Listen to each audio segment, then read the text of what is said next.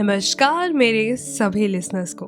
आप सभी का स्वागत है दी वंडरस नारी पॉडकास्ट सीरीज में मेरे यानी आपके अपने अदिति के साथ। आशा करती हूँ कि दिवाली के इस त्योहार में आपने अपने परिवारजनों के साथ बहुत मजे किए होंगे और हम सभी के तरफ से और हमारी दी वंडरस नारी के तरफ से भी आप सभी को शुभ दीपावली। तो चलिए आज की कहानी की शुरुआत करते हैं। क्या आप जानते हैं ओडिशा की मदर टेरेसा कौन थी? वो जिनके हाथों में ना क्रॉस था ना मिशन की पहचान, पर जिनका पूरा जीवन बन गया था सेवा का प्रतीक। वो एक ऐसी नारी थी जिन्होंने बचपन से ही देश के लिए लड़ाई लड़ी और फिर उसी देश के लोगों के लिए अपना जीवन समर्पित कर दिया। महज 16 साल की उम्र में जेल की सलाखों के पीछे और आज़ादी के बाद गांव-गांव में सेवा का दीप जलाने वाली वो थी पार्वती गिरी, ओडिशा की क्रांति की बेटी। कभी कभी इतिहास के सबसे बड़े कहानियों में इन लोगों की कहानी कहीं छुप सी जाती है। ऐसी ही पार्वती गिरी की इस कहानी को आप तक पहुंचाना जरूरी है। तो चलिए शुरुआत करते हैं। साल था 1926।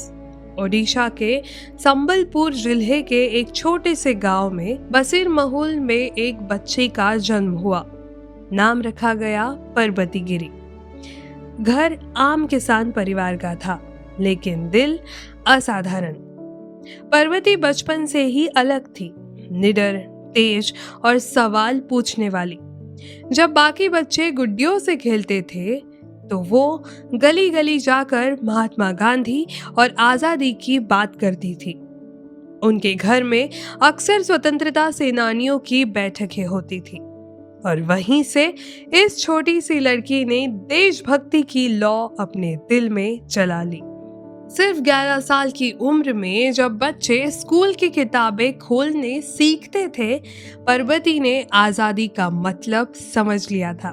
वो गांधी जी की सभाओं में जाती, खादी पहनती और भारत छोड़ो आंदोलन में नारा लगाती।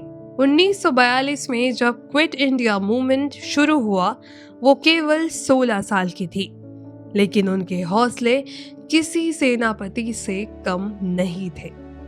वो घर घर जाकर ब्रिटिश सरकार के खिलाफ प्रचार करती, गांव वालों को एकजुट करती और महिलाओं को आंदोलन से जोड़ती। अंग्रेज अफसरों ने डराने की बहुत कोशिश की, लेकिन इस लड़की की आंखों में सिर्फ आग थी, स्वतंत्रता की, डर नहीं। लेकिन इसी स्वतंत्रता के सफर में एक दिन वो पकड़ी गई।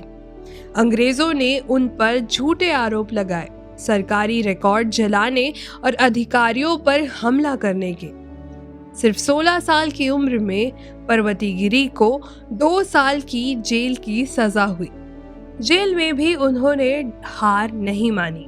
वो दूसरों को पढ़ाती, गुनगुनाती और कहती, अगर मैं डर जाऊंगी तो मेरी मातृभूमि कैसे आजाद होगी। आजादी के बाद पार्वती गिरी ने सत्ता का रास्ता नहीं चुना, उन्होंने चुना सेवा का मार्ग। वो गांव गांव गई, गरीबों, अनाथ बच्चों और महिलाओं की मदद करने लगी। उन्होंने कई सेवा केंद्र और आश्रम खोले, जहां वो अनाथ बच्चों को खाना, कपड़ा और शिक्षा दिलाती थी। वो खुद उनके बीच रहती, उन्हें माँ की तरह संभालती।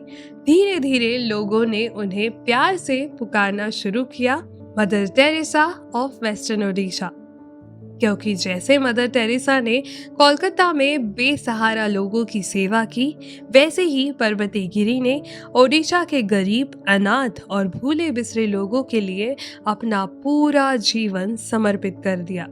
उन्होंने कहा था, देश के लिए लड़ना ही नहीं, देश के लोगों के लिए जीना भी उतना ही जरूरी है। रोज के संघर्षों के बीच भी उन्होंने कभी शिकायत नहीं की, ना कोई शोहरत, ना कोई राजनीति, बस इंसानियत की सेवा। लोगों के दिलों में वो आज भी बसती है, एक माँ, एक सेविका और एक सच्ची देशभक्त के रूप में।